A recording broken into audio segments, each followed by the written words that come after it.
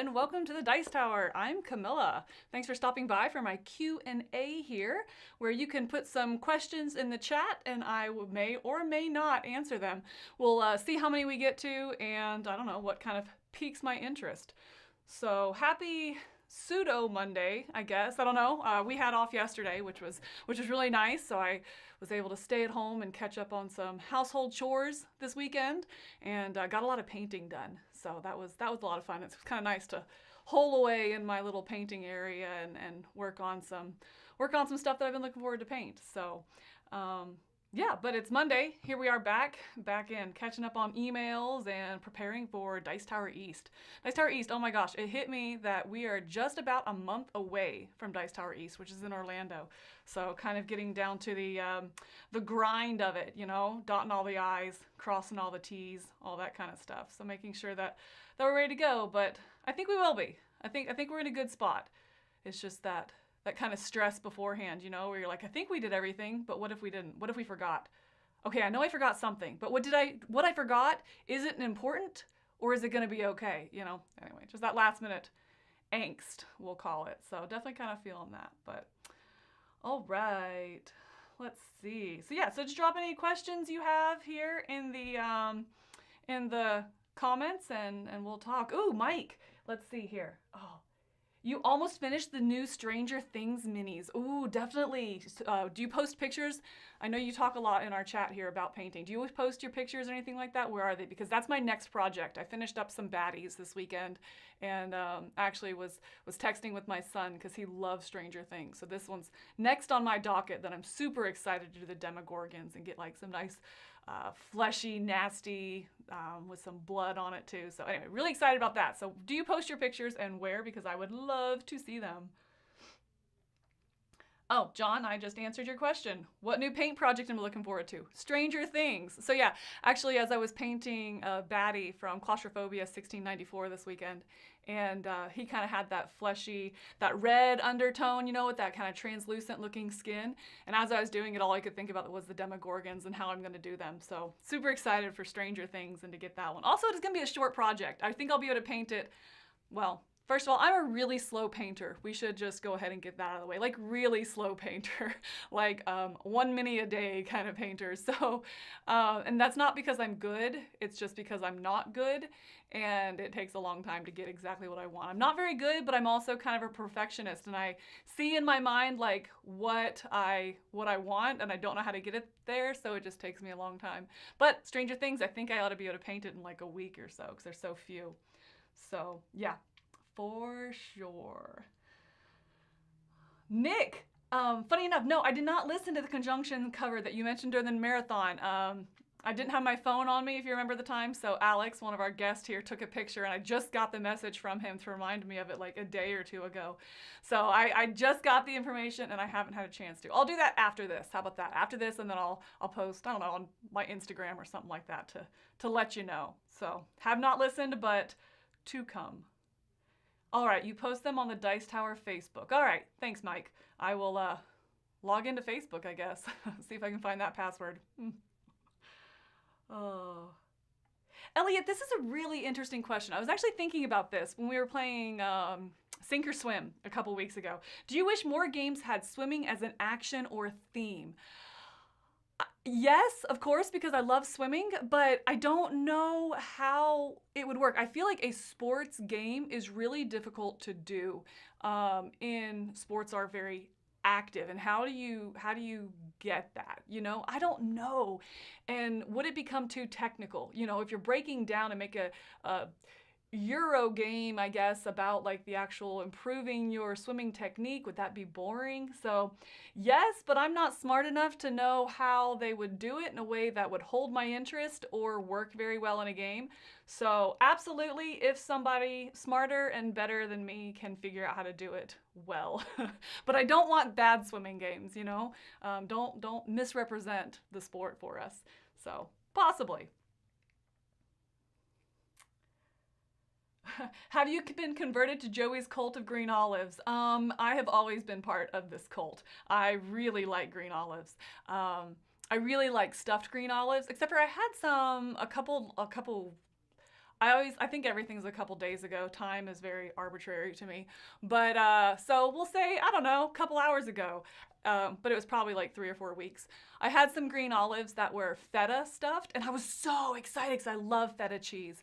But they were a big disappointment. The olive was kind of soggy, and the feta doesn't really come through. It just was like kind of mush, I guess, because it was soaked. So that was a big disappointment. But I love black olives. I love green olives. I am an olive lover. And, oh, garlic stuffed olives. Oh, so good. So yummy. Oh, let's see. What was the best thing you ate this weekend? I had some nachos. Nachos are probably top 3 foods for me.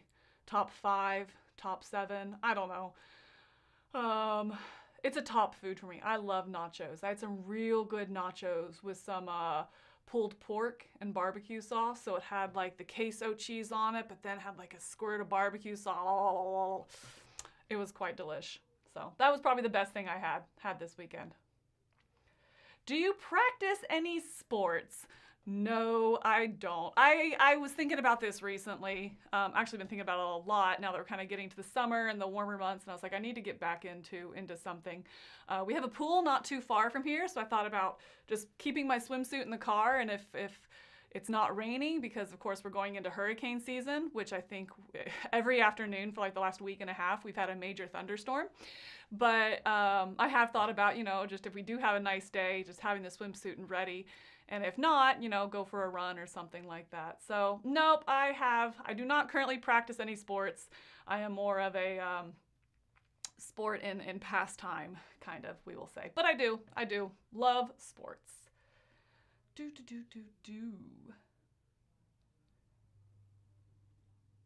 Have you tried Pro Acryl's Bold Titanium White yet? No. Wow, it doesn't look like chalk when you... Oh, I'm going to have to look that up. I've not heard of that one, but I'm really interested. I struggle painting with white as well because of that. It looks like chalk, or you just can't get the even layers. Again, I'm not a very good painter. So I'll have to look that up, Terrier Halo. Thank you.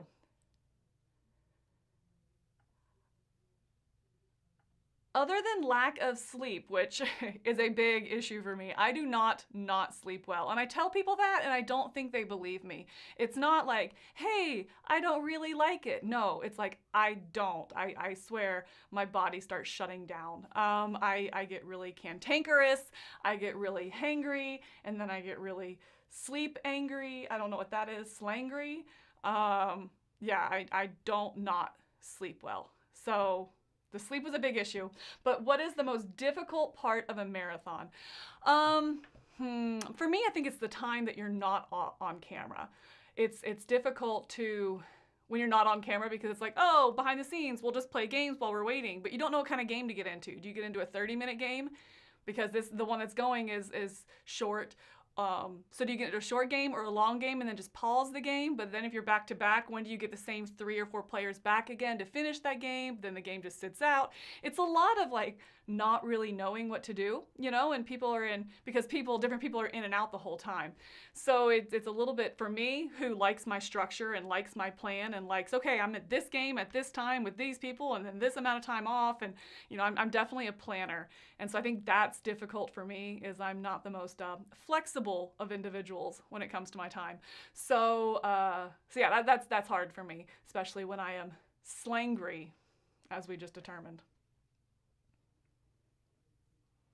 Hello from Texas. Hello from Florida. Yes, that's where I am. When does that Stranger Things game come out? I saw it this weekend, so I think it just released this weekend, like late last week, Thursday or Friday or something like that. So it is from CMON and it's direct to retail, but I did see it in stores, so I believe it's available now. And actually, my review for that should be going up on Wednesday as well. That's one that I plan to do. Oh, and Mike gotcha. Yep, it came out last week.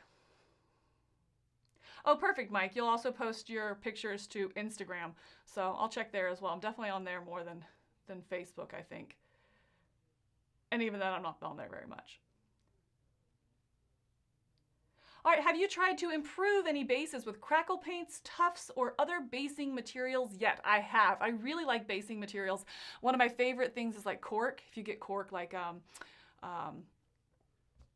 like the wine corks or, something like that, and cut them up to make rocks and different terrain out of them. I really like building terrains that way. Of course, using sand. I've used like salt or cream of tartar for really fine materials. Definitely you had some of those tufts as well, that you cut up and kind of put on your, kind of put on it as well. But I really like building them. I think the corks is probably my favorite way. I haven't done the crackle paints. That's all. I don't have any, and so I haven't. It's not something I've really felt a lot to be invested in, or do that investment in, because I haven't had a project where I needed it like multiple times. So at this point, it would just be something cool to play around with. So I haven't purchased any, but I would really like to. So do you like them, Terror Halo?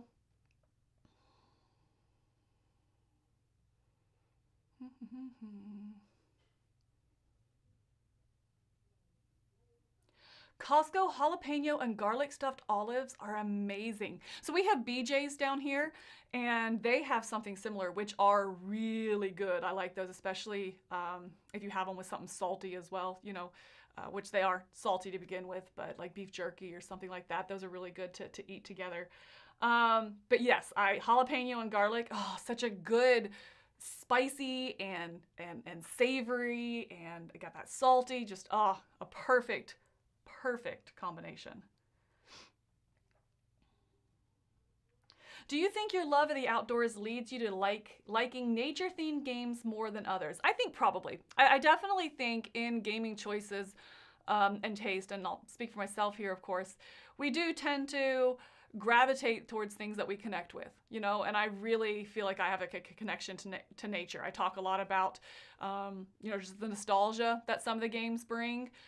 Just last week, I was talking about summer camp in the top 100, and just how grew up camping and going to summer camp and partaking in these activities that are represented on the cards that you're drafting, and so just having that bit of nostalgia.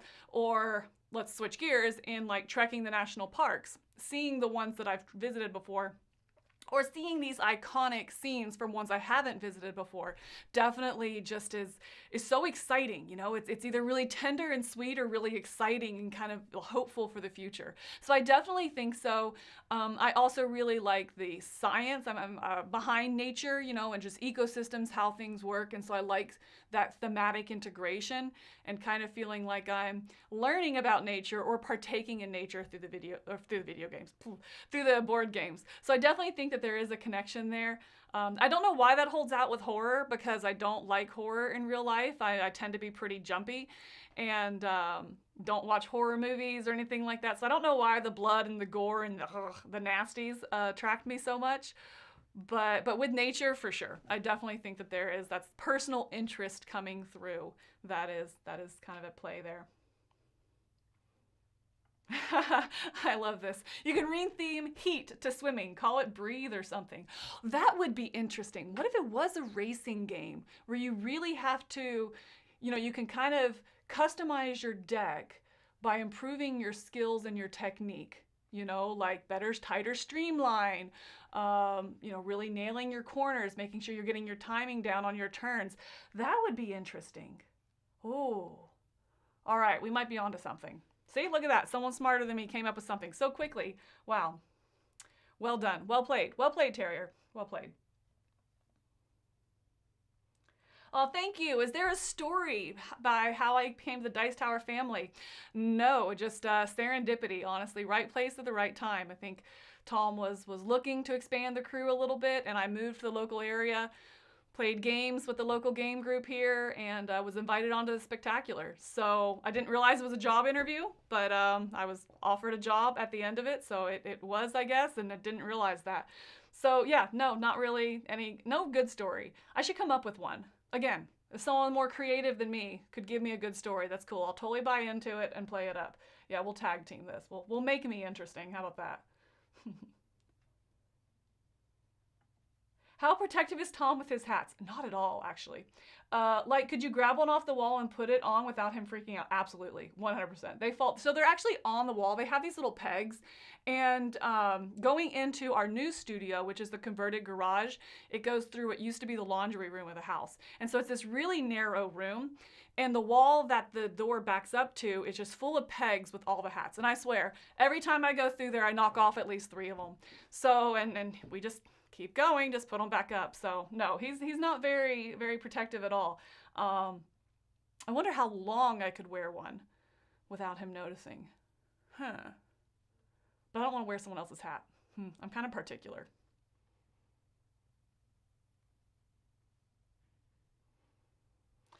Oh, Lucas, hello from Brazil. Hello, hello. Thanks for tuning in from Brazil.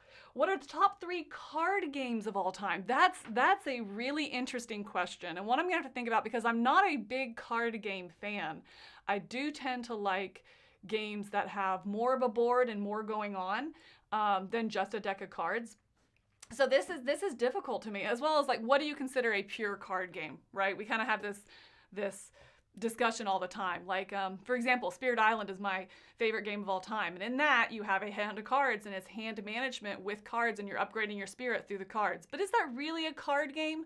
I don't think so, because there's so much going on the board. So where is that line, between what's a card game? How much more stuff can it have and still be considered a card game?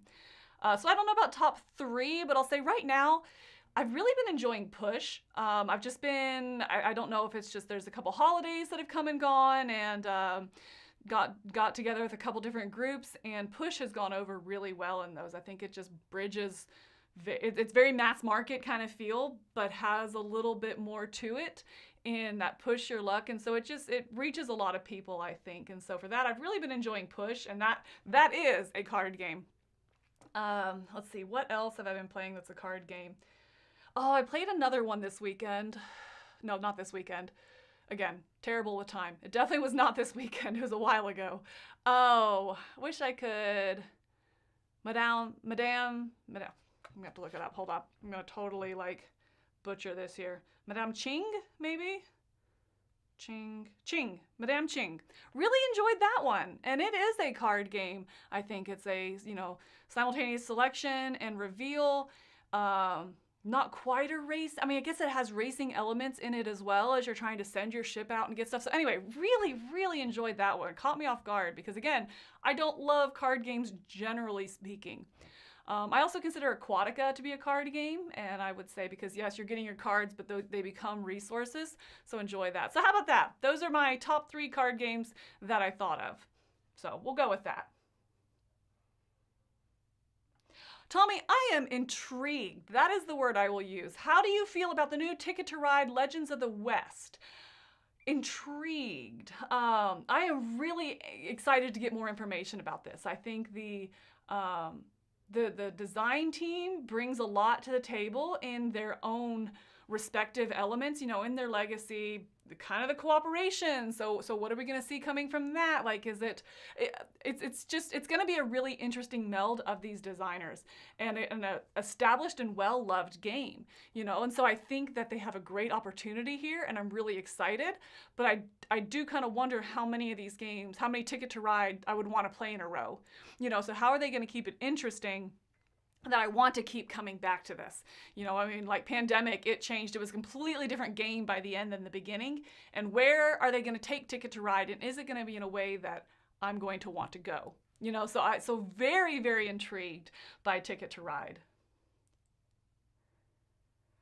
All right, Rick, how do you approach collection culling? First of all, I'm really good at throwing things away.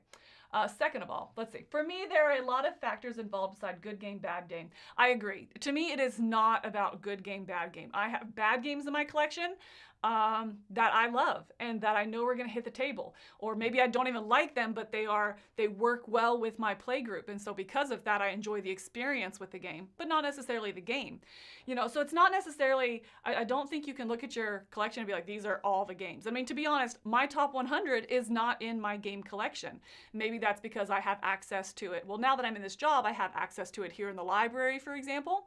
But before I had this job, there was ones that I didn't have either because somebody else in my game group had it, something like that. So for me, it's a couple different factors. I look at, do I have some sort of nostalgic feel for this game? Do I get excited when I see this game? Do I take it out sometimes just to look at the minis or just to look through the cards? For example, the other day, I had trouble sleeping and I took out Meadow and was just going through that index and learning about the different cards and seeing, okay, let me look at B15 and then pulling up the index and reading about it and, just really enjoyed that connection to the game. Now, given I also love that game, but still I have that emotional connection to it that I really enjoy delving into it. I just reorganized another game the other day. Haven't played it in like 2 years, but I enjoyed getting it out and again, looking at the cards and reorganizing it and just kind of being with the game. And to me, that's enough of a reason to have it because I'm enjoying it. I'm not enjoying playing it, but I'm still enjoying the game. It's just a different kind of enjoyment. So for me, it's like, is there some appeal for me to either hitting the table? Is it one of my favorite games, or do I just enjoy being with the game? I guess that kind of sounds kind of frou-frou-frilly, but it works for me. But if I can't answer yes to those questions, then it's just I'm paying for space. It's not earning its keep in the space. It's almost like this emotional burden. That could be a different game that I liked. And I don't like clutter. I am very kind of bland. I get very overwhelmed with a lot of clutter and things everywhere. And so it is, again, when I talk about paying with that emotional energy, it's like if it's overrunning the shelves, it's like, okay, it's time for some of these things to go. I have a micro macro, for example, and I'm playing through it with my son, but even after I'm done playing it, I think I'll keep that game because, again, I really have enjoyed going and looking at it and just exploring the map. But when I'm done with it, maybe I'll keep it for a little bit and explore, but then it can move on. I'm not one that holds on to ones that aren't going to hit the table or come out and be touched and played and organized and that kind of stuff. So how do I go about it? It's probably more of an emotional decision as well as that logistical, decision as well. Again, I'll give you another example. I can't think of, I might give you an example. Dead Reckoning. I really enjoyed Dead Reckoning, but I realized when am I going to play it? I'm going to play it at conventions, or I'm going to play it if I have a larger group over, a larger group being 3 or 4 people, something like that, who can handle this type of games. And those cases are going to be so few and far between that I can borrow it from the library, that we have here. And again, that's the situation I'm in right now. But are those situations I'm going to play it going to be enough for me to warrant my own copy? Or do I want to upgrade my own copy? How much does that weigh into it as well? So it's a lot. I'm also one that takes it off and decides to get rid of it, then puts it back, then takes it off. It's definitely like a multiple step process for me. It's like, all right, it's on the chopping block, then the decision's made, then I sit on that decision, and then I finally leap. So like a 2-week process for a game to leave my collection. So. Do you sleeve cards? I've gone through a whole range with this one. I used to sleeve almost everything. But then I realized that I don't mind if a game looks loved, as long as it's still, the cards aren't getting marked and it's still legible.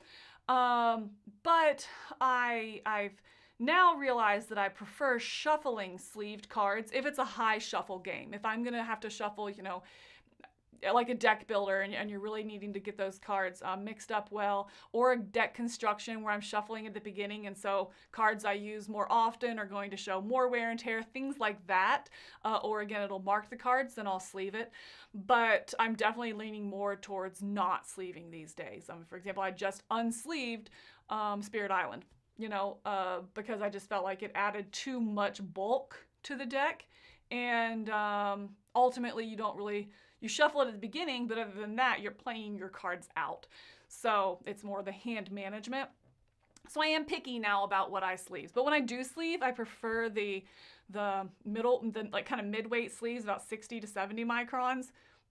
Your deluxe, when you get up into 90 or 100 microns, they're just too thick, and I really don't like penny sleeves. I'm going to sleeve them, I want them to be good and to last. So kind of like Sleeve Kings, or there's another one that just came out. I forget what it's called. Oh, it just came to us from the people that make Rift Force. Anyway, another sleeve. And again, that mid-weight kind of sleeves is my favorite. There's quite a range here. You want to know either my favorite band or favorite soup. Let's go favorite soup. My favorite soup is gumbo. Oh, I love gumbo. Oh my gosh, it's so good. Especially a good like duck and sausage gumbo. Like with the homemade roux. Yeah, it's a lot of work. It takes me probably 2 hours to make gumbo, but it is one of the best 2 minutes of my life afterward. I love gumbo. That's my favorite soup. Would you guys ever consider doing a top 25 or 50 children's games? Thank you, I appreciate that. First of all, yeah, Roy and I do both have kids, you know, in this age range. You know, his are a little bit younger than mine, but mine is less of a gamer than his. And so it is interesting talking with him. And then Chris and Wendy as well, although their daughter is definitely more of a gamer. But yeah, absolutely. I would be interested in doing a top 25. 50 might be pushing it. I could probably do a 25. And what I think is really interesting is top 25 like my games of that I think are really good children's games. But if you ask my son, it's going to be completely different. And so I think that would be interesting to do, is some sort of game where it's like, what do the kids think? You know, kind of getting their input on it, because that kind of came up when I was doing the Minecraft comparison recently. I compared the 3 Minecraft Ravensburger games.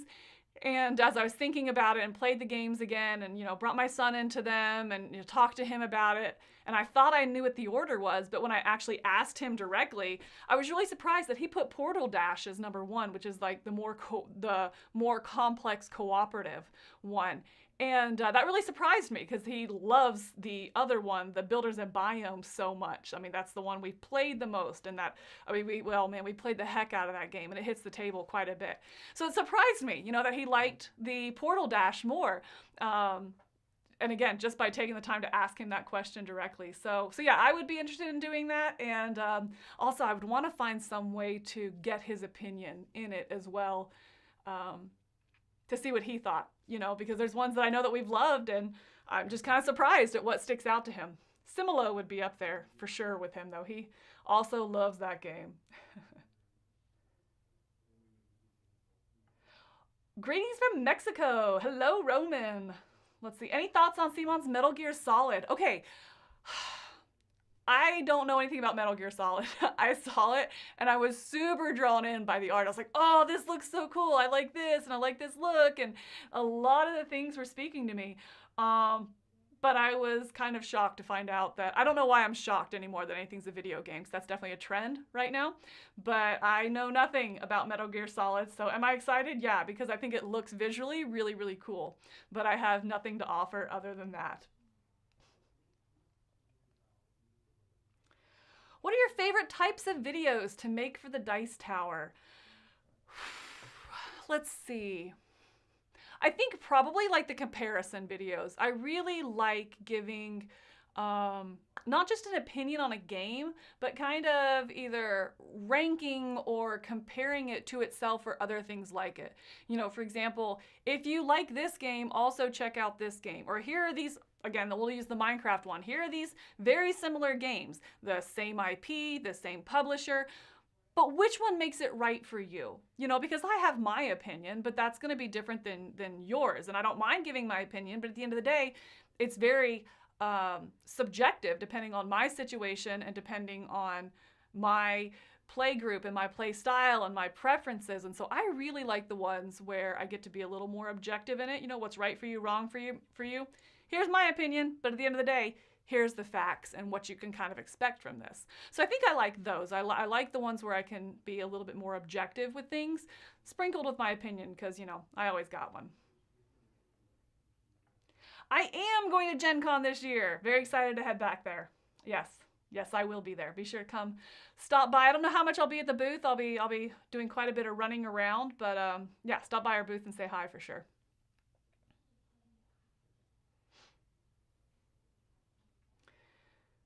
There we go. Support the question for top kids games. All right, I will think about that. I'll think about how I can do that and incorporate that, and again, maybe get some kids' opinion or views on it as well. You know, a poll of the kids, perhaps, or something.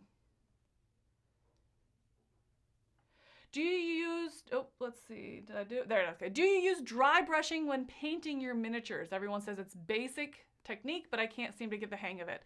I do. I use quite a bit of dry brushing, but I do prefer more of just highlighting and like, I don't know the words of Mike might get in here and yell at me for not knowing these words, but like the edge highlighting, you know, where you use the side of your brush and things like that. I find it looks smoother. The end result is smoother. If I do a lot of dry brushing, I tend to want to do a glaze or something like that afterward. I just really like smooth transitions. And so I do use a lot of dry brushing, especially on like terrains and bases and that kind of stuff. Or after I do a wash, if I want to do a pretty drastic, you know, pulling the color back up before I smooth it back out. But yeah, I do dry brush. For me, it's hard. I've recently started using the Citadel dry paints on a couple of them, just a couple colors. Like I have a gray, I think I have a white, and a lime green kind of that I've used, and I really like those because I don't feel like I'm wasting as much paint. But it's really hard, I guess, to kind of know. It's so subtle, I guess, and so quick when the brush goes from like dry but still has pigments to like just dry and wasting your time. That's a really hard like line to gauge sometimes when I'm painting. But yeah, I like it. What did you do before Dice Tower? I did a lot of different things. Let's see. So most recently, I was a competitive swim coach. Before that, oh gosh, I really got to go back some. Before that, I was a personal trainer. Before that, was I in the law field? Is that the last thing? Yes, I was in the law field. I was a disability representative. And so I represented people who were trying to get on Social Security disability here in the United States. So I, you know, like I would take their cases and plead their cases if they'd been denied getting Social Security benefits. So I pled their cases. And then before that, I actually worked for the Social Security Administration. Fun fact, not a good bureaucrat. In college, I was a sign language interpreter. That's actually what my degree is in ASL interpreting in educational settings. And so I was an interpreter for a long time. Not a long time, for a couple years, but then I started getting bad carpal tunnel. And I decided that I was, 25 and wanted to be able to use my wrists. So I got out of that. And then in college, I had a couple different jobs. I was a makeup artist for a little bit. I did some house cleaning. I did, just kind of a couple different things, just paid my way through college. So yeah, a little bit of everything.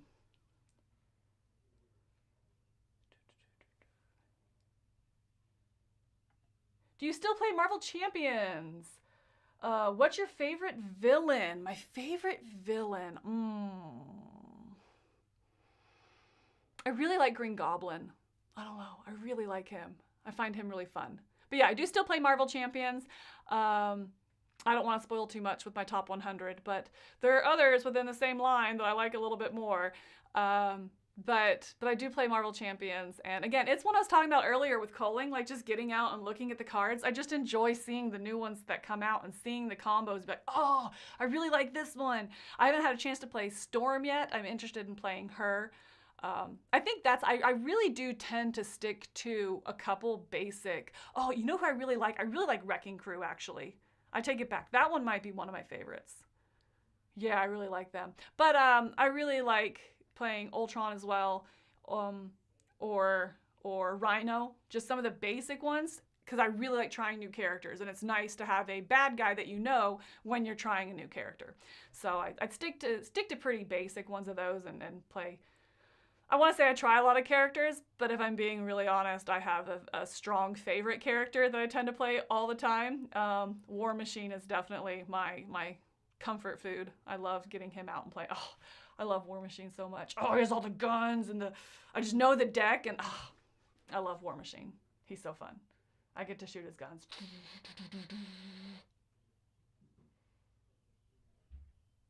Let's see.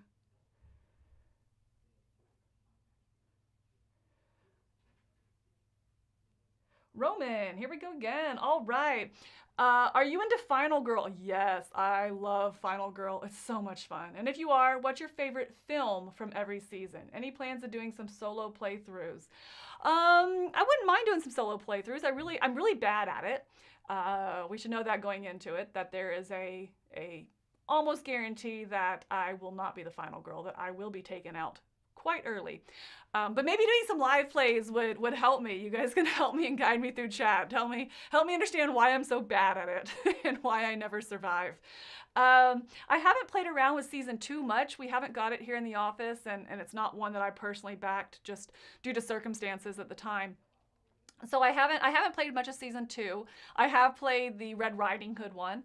That one was fun. That one's fun. I have won that one, and I think that's good because it did feel.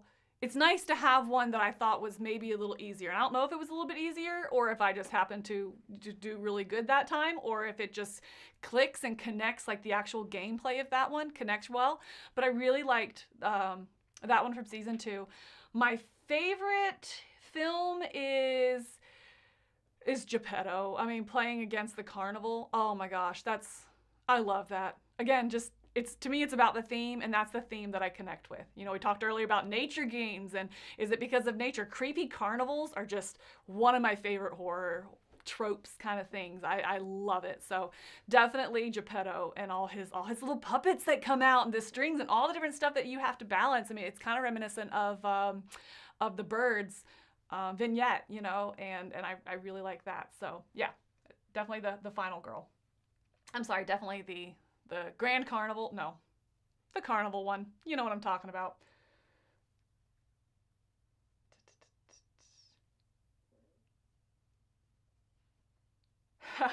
That would be funny. Oh my gosh, that would be amazing. Here, let's see if I can get it to go. Season 3, when you flip the Camilla promo, when you flip it, it's a Kill Milla. That would be amazing, right? Oh man. Oh, if only I was so cool. Let's see. Let's see. Being on camera all the time, I'd imagine there are days where improv or being comedic feels exhausting and forcing. Does that ever happen, and how do you deal with it? You know, it does, especially like I don't have any background in acting or being on camera. Like I really am just me. And it is interesting because being on, we're still ourselves. Like talking with you now, as I'm doing the reviews, when we're playing games, like that really is me. It is just a hyper awareness of that you are on, and trying to think, and I'm not good at this if you've seen many of my playthroughs, thinking before you speak, you know, and definitely feeling that urge to fill the dead air, that kind of stuff can be be exhausting, absolutely. But luckily, I mean, I think a lot of that is mitigated by just having good chemistry and a good energy. And so, you know, luckily here, the people that we play with and the team is really good about our interactions with each other, and knowing, kind of feeling that, you know, and I don't want to say compensating, but kind of picking up and helping balance that out.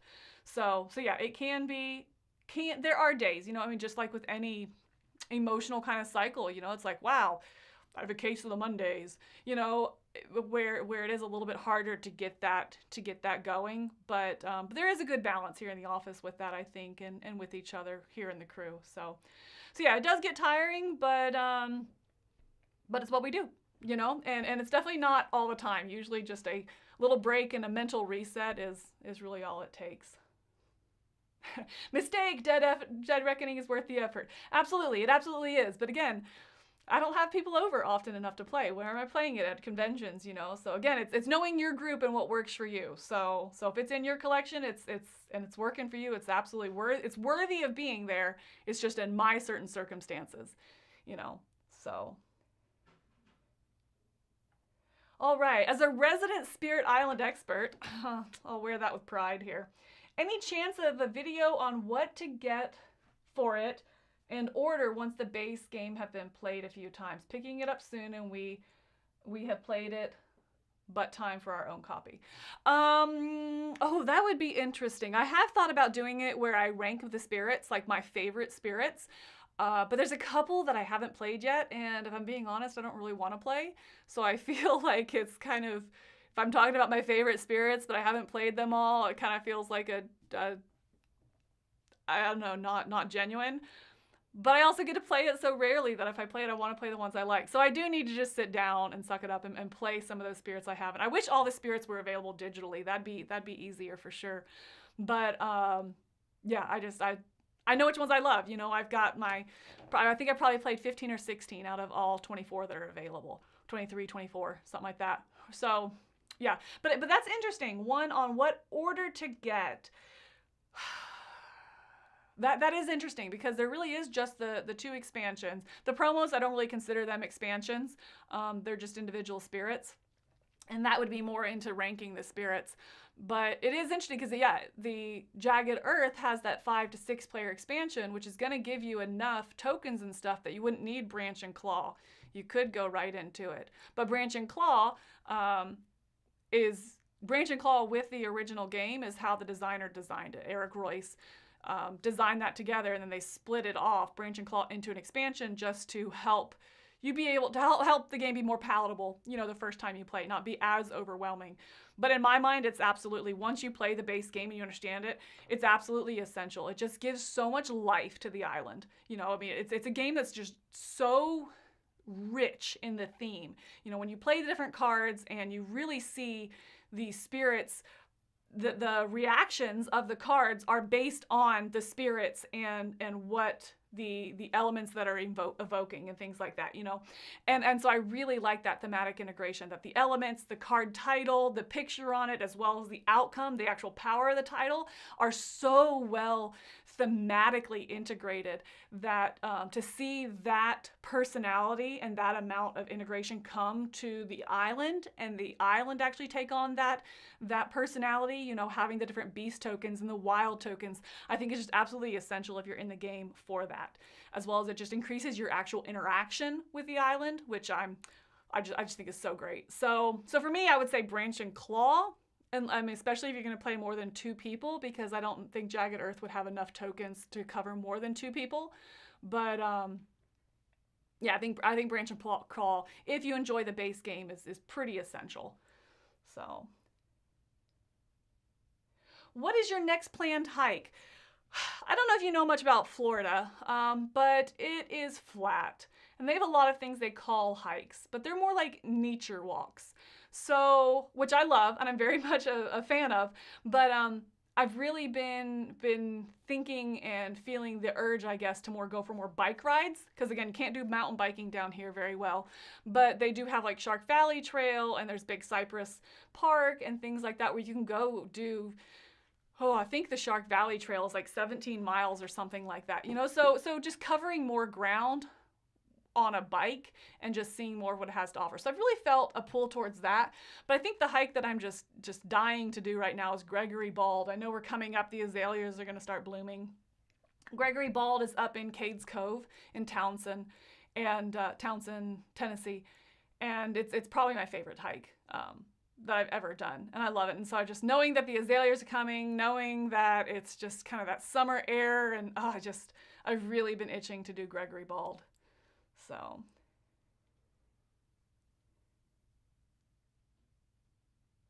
any spirits you're looking forward to in the upcoming expansion for Spirit Island, Nature Incarnate?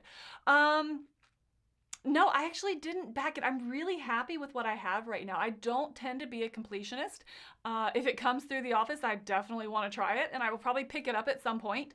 But right now, I'm just, like I said, there's still a couple spirits I haven't played, and more right now, I don't have a dedicated group that I'm playing with consistently. So I find myself, I want to say the last 4 times I've played the game, I've been teaching the game. And when I'm teaching, I always play a spirit I know, because it's hard for me to focus on learning my spirit and playing it well as make sure the other person or people that I'm teaching are understanding the game and kind of getting the flow and helping set them up to make those decisions themselves is a different mindset. And if I can't really hold that mindset of explaining the game and providing them options, but giving them also that, I guess, kind of encouraging them and giving them the base that they need in order to make those decisions, I can't carry that mindset and be learning a new spirit at the same time. So any specifically, honestly, I haven't looked at it very much because I don't know when I'll have a chance to, you know. So at some point I'll pick it up and I'll definitely play the spirits at some point. But I haven't looked into it really deeply because of that. So we'll see when it comes out. When it comes out, I can be patient. Hey yo, another swimmer. I love it. We are unfortunately misrepresented. So thank you for being here, Emily. How much has your game preferences changed now that you're a full-time reviewer? I don't know that my preferences have changed. I think just playing more games helps you really hone in on what you like. You know, it's easy to say like, oh, I like Euro games, or oh, I don't like Euro games. I like Ameritrash games. And what I've found is blanket statements like that really aren't true the more games I've played. And everything I like or don't like, there isn't an exception to that. You know, it'd be like me saying, I love all nature games. That's not true. There have been a couple recently that I've really not liked, you know, or I dislike all card games. That's not true either. I do like some card games.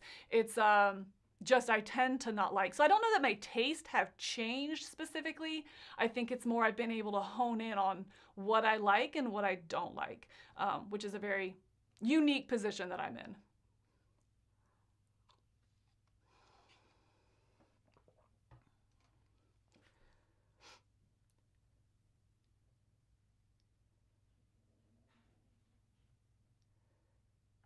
Let's see, a new gamer, one of the struggles I have is knowing what games are alike and which in these groups are the best. Could you do a list? That would be interesting. It'd be hard. That's a really broad topic. I mean, we do a lot of like top 10 deck builders, top 10 worker placement games, something like that. But that's going to be such a subjective list. It really is a matter of playing enough games to kind of know that and know. I think what you have to do first is hone in on what you like about the game. Not, I like Paladins of the West Kingdom. Okay, but why? What is it you like? You know, or I really like Spirit Island. We'll just keep going talking about that game because I always want to talk about that game. But, you know, what is it that you like? Is it the hand management system? Is it the upgrading your spirit? Is it the cooperation and the collaboration on a shared space? Is it just because it's cooperative? Would you like to play a game like that if it was competitive? It's really nailing down what you like about a game. And when you kind of find those specifics, then it's easier to find things that are like that. But some of the best surprises have been games that, oh, I really don't like bluffing in a game. Whoa, this is an exception to that. You know, I just talked about that recently in the top 100. Sorry, these videos I did are really on the mind right now, so I keep talking about my top 100. But it's taking a lot of my mental energy here for the next 9 weeks. But an exception to that was Dog Park. I don't like auction games for the most part. I don't like auctioning when you feel like you come away with nothing. Or even if you come away with something, fine, everyone gets something, but it's a top deck draw that's so swingy. It might be perfect, it might be terrible. You know, I really think the Dog Park does that in a really good way, as well as it's a smaller part of the game. So it's about some of the best games are those that surprise you, having a mechanism that you don't usually like that is really well done or in a way that speaks to you. So yeah, so something like that, a list would be kind of hard to do, I think, because that is such a broad topic. But yeah, maybe we could narrow it down something a little bit like that.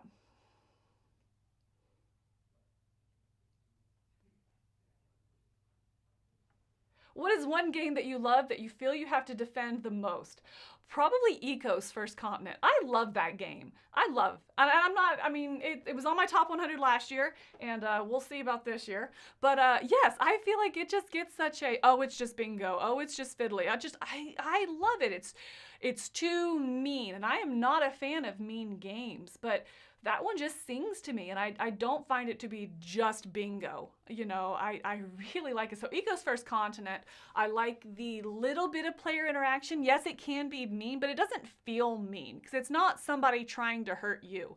They just have a different view of what the island here or the continent that you're making should be, and you see those coming up as well because it's open information. Everybody has their cards in front of them. You see that they're gearing up for something, and I just think it's just really good. It's just really good player interaction. It's really good simultaneous action, so you're always involved. You're never bored. There's not downtime. You don't have 10 minutes between your turn. Everyone's working kind of together. And yes, just as many times as somebody goes in there and wrecks your plans on the continent that they're building, just as many times they inadvertently help you as well. And I love that dynamic. So I have to defend that all the time because it's just bingo. It's not just bingo. It's not. It's good. Like top 100 good. Maybe. Stay tuned. Oh, some love for the Wrecking Crew. I'm sorry. Yeah. Especially when She-Hulk. Oh, I love She-Hulk. She-Hulk. Jeez, I'm struggling here. She-Hulk, and like I said, War Machine and Drax. Those are probably my three go-tos.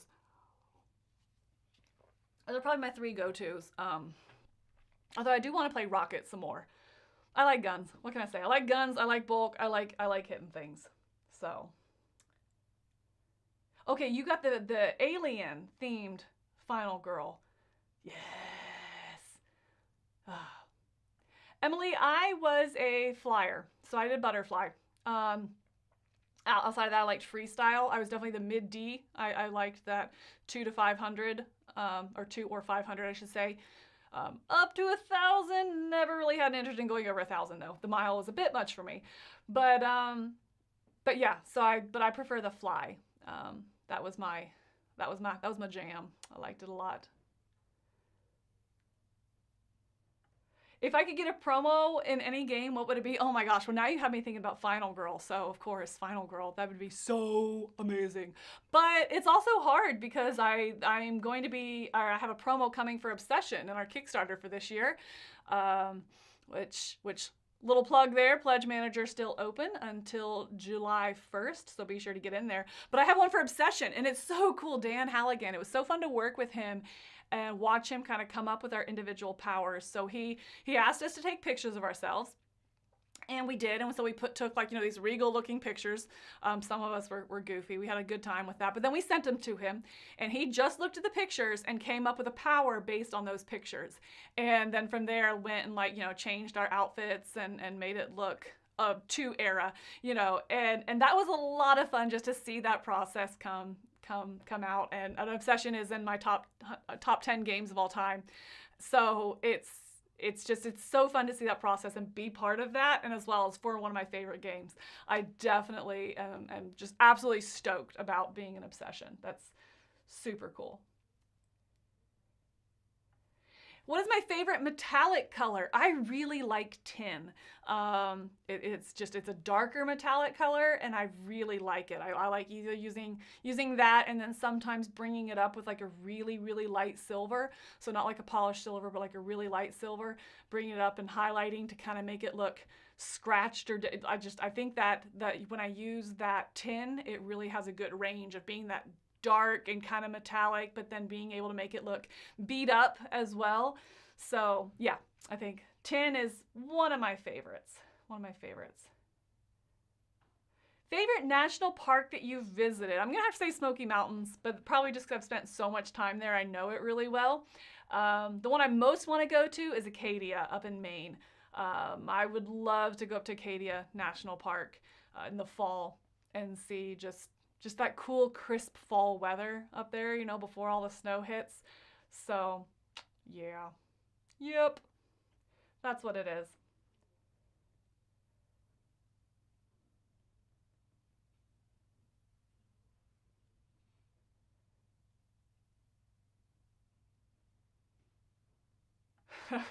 Some of the most fun of the marathon was after Frostpunk was over, and I was so tired, y'all. I was so tired. So here's what happened was, so I was supposed to, after Frostpunk, I was off air until the next morning, so it's my time to go sleep. So I was going to go sleep, but we finished that game like an hour later than we were supposed to, so it was only an hour until the next crew came in. And I was sleeping on an air mattress here in the office. I didn't go home. I live a little bit too far. And so I was like, all right, well, if I go right now, once everyone gets here, the 2 a.m. crew gets in about 1 a.m., they're just going to wake me up, and then I'm going to be up, because I'm one of those, if I get a power nap, I'm up for hours. So I decided just to stay up. So I'm just sitting out here by my lonesome, and I'm feeling myself starting to like drift off. I was like, this isn't good. So I went in there, and yeah, they're playing Deep Rock Galactic, and I was like, all right, I'm just gonna go in and sit on the stream, just I don't know, and so I did, and it was just I don't remember super clearly, but I just remember being super loopy. I was really sleepy and really excited. You talked about the minis, absolutely. I mean, you're gonna get me with minis, right? And the big and the grosses and the all of that. So I'm glad you enjoyed it, because I was high on lack of sleep. I don't know that I specifically have a favorite rule book, but I have a favorite rule book style. I like rule books that teach you the game or have some sort of quick start guide. So we'll see this in some of the Gale Force 9s. It's something Wingspan did recently. We definitely saw a big push towards this with Gloomhaven Jaws of the Lion, and even the new Spirit Island, the Horizons of Spirit Island, has it as well, where the game teaches you it as you play. I really, really appreciate this, that focuses on getting it to the table quickly. I don't mind playing a 3-hour game, but I don't want to learn rules for 3 hours. I want to get it to the table and kind of discover the game through playing it is my preferred learning style. And in order to do that and be successful with that, I got to get the game to the table. So I think a favorite rule book is going to be any of those that has a good quick start guide. I'm actually really excited because Robinson Crusoe, I think that this will help it get to the table if they do a good job with it. Portal Games, I think they're wrapping it up now, kind of getting it. But that's one of my favorite games. But man, it's such a bear to teach. And I think that any of these rule books that have the quick start guides as well help me be a better teacher, because it kind of helps organize the game, strip it down to what's essential. I know a lot of the little knickknacks and who howls and what ifs and that kind of stuff, but just bringing it in to the essential information so a player can start playing, and then as we go has those questions and I can fill in those holes and those knowledge and beef it up. That's really, really helpful. So I think those type of rule books as well make me a better teacher and ultimately lead to better experiences, for the gamers as well. Will anyone ever visit the Midwest Annex? Funny enough, I actually texted Mike about that. I was like, hey, so what, you got any holes coming up? I could definitely, I'm itching for a trip. So yeah, that's funny enough. That would be fun. And we'll be up there for Gen Con, right? So I don't know, maybe we'll swing by and say hi. All right. Oh, I didn't realize what time it was here. Just a couple more. Have I geocached? I have geocached. I really enjoyed it when I was in college. Again, like I said, spent a lot of times in the Smokies, and a lot of it was this because, I was within 35, maybe 40-minute drive to the Smoky Mountains. But didn't want to like stay over a whole lot because I didn't have all my gear when I was in college, my camping gear and stuff. And so geocaching was a way to kind of spice up those hikes I've already done or find new things in an area that I've already been to, So yeah, really enjoy geocaching. I'm really bad at it, Wow, today is like, confession time. Let's just talk about all the things I'm bad at. Geocaching, creating games. Acadia is pretty. Oh, super jealous. Oh, if you're an early riser, heard the sun rise on Cadillac Mountain is really pretty. Oh, that'd be fun. I am an early riser, and I do really enjoy morning hikes. Those are my favorites. So some of my favorites are ones where you wake up at like 3 a.m. and you go out and you hike in the dark and then watch the sun rise. I definitely prefer hiking in the dark, going up and then watching a sunrise as opposed to staying for a sunset. I don't like hiking in the late or in the early evening hours. Definitely prefer the early morning hours. I also find there's a lot less critters I don't like at that time. I don't like snakes at all. And the mornings they're pretty not active at all in the mornings, and I like that a lot. So, oh, John, you just bought the Army Painter Speed set. Wow, that's a lot. I would love to do that, to get like everything at once. That'd be fantastic. You know, I'm definitely still kind of piecing together my paint collection. I actually just recently started using some of the Army Painter ones. I definitely have more experience with the contrast from GW, but I picked up a couple of them recently, the speed paint ones, and trying to figure out, you know, how I like them, what I like, what I don't like about them, and kind of the differences there. But a set of 50 for 150 pounds, that's awesome. Because yes, it's not a cheap sub hobby, right? So, all right, just a couple more minutes here. If you guys have anything else, let me know. But yeah, it's a Tuesday. Feels like a Monday. It's not. It's gonna throw everything off all day, and I'm sure Thursday will feel like Friday or something weird. It's kind of weird how that works. Join a paint class I host. Where do you host a paint class, Mike? I didn't know about that. Have to email me about that. That'll be interesting. But yeah, it's a Tuesday, so going to go, like I said, work on a Stranger Things review here, and then have the top 100 coming up later this week. Crowd surfing on Wednesday. Smorgasbord, Joey will be in that this week on Thursday, so come back for that as well. And other than that, I think that's going to do it for me. Thanks for stopping by today for this Q&A. It's been fun, and until next time, I'm Camilla. Keep on playing games and painting and hiking.